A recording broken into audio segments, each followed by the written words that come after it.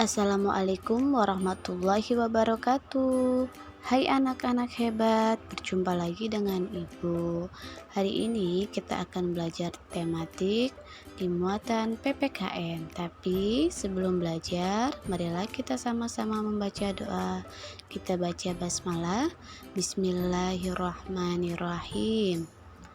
Oke, di video kali ini kita akan belajar tema 2, yaitu selalu berhemat energi di subtema 1 muatan PPKN di kompetensi dasar 3.2, yaitu mengidentifikasi pelaksanaan kewajiban dan hak sebagai warga masyarakat dalam kehidupan sehari-hari.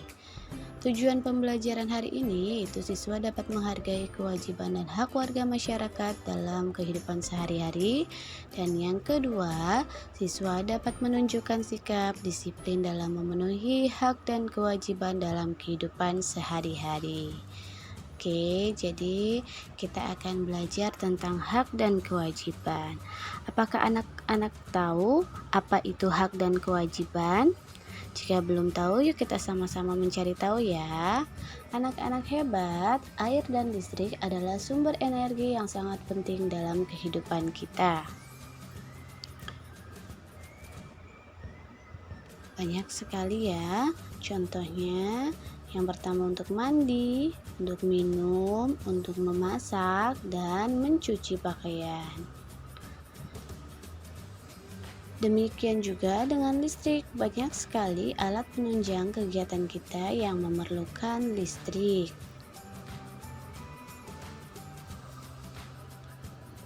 Untuk itu, kita berhak mendapatkan air bersih dan listrik yang melimpah untuk kegiatan kita setiap hari. Nah, supaya air bersih dan listrik itu tetap tersedia, kita berkewajiban menjaga kelestariannya dengan menghematnya. Lantas, apa itu hak dan kewajiban? Hak adalah segala sesuatu yang mutlak menjadi milik kita sejak dalam kandungan. Sedangkan kewajiban adalah sesuatu yang harus kita kerjakan atau laksanakan sesuai dengan peraturan yang berlaku. Kita akan mendapatkan air bersih dan listrik jika kita dapat menghematnya. Artinya, kita akan mendapatkan setelah kita melaksanakan kewajiban. Nah, setiap orang pasti berhak memanfaatkan air untuk berbagai kebutuhannya. Apa perbedaan hak dan kewajiban?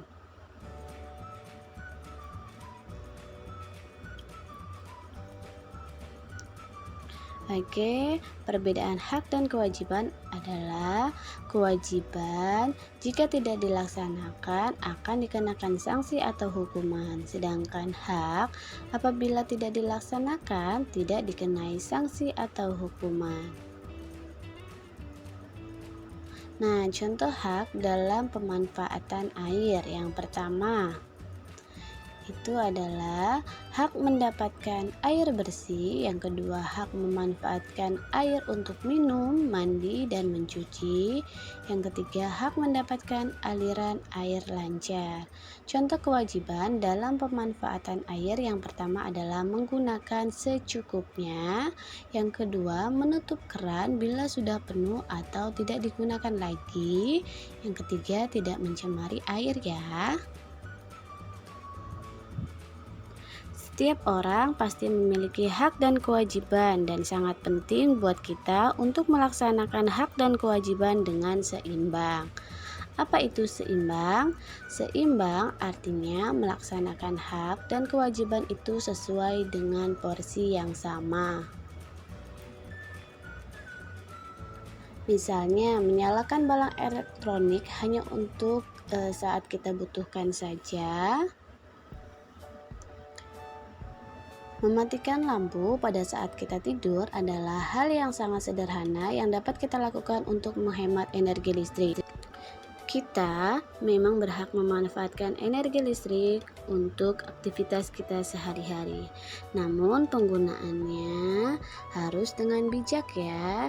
Bijak adalah saat kita menghematnya. Dengan menghematnya, penggunaan listrik, selain kita sudah melaksanakan hak dan kewajiban secara seimbang, kita juga menghemat energi, artinya kita juga menghemat uang. Anak-anak, karena kita hidup dalam masyarakat, maka kita juga harus melaksanakan kewajiban dan hak dalam kehidupan bermasyarakat.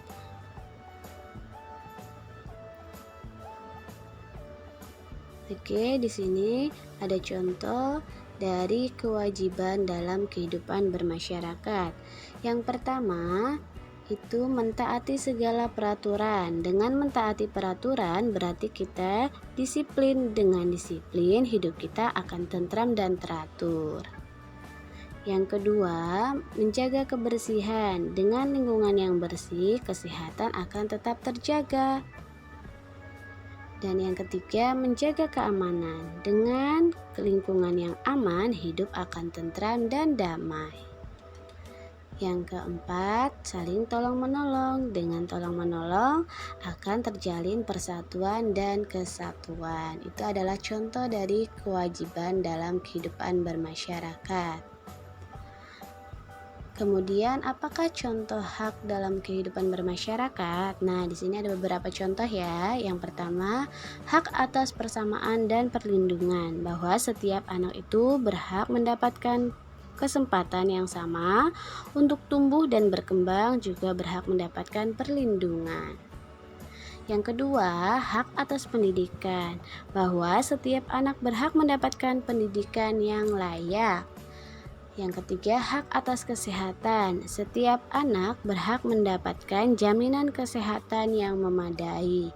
Yang keempat adalah hak atas makanan, bahwa setiap anak berhak mendapatkan nutrisi yang baik untuk tumbuh kembangnya. Dan yang kelima adalah hak untuk memiliki kewarganegaraan, bahwa setiap anak berhak dapat diakui sebagai warga negara. Itulah contoh dari kewajiban dan hak dalam kehidupan bermasyarakat. Oke, materi hari ini cukup sampai di sini ya anak-anak hebat. Ibu akhiri pembelajaran kita hari ini. Wassalamualaikum warahmatullahi wabarakatuh.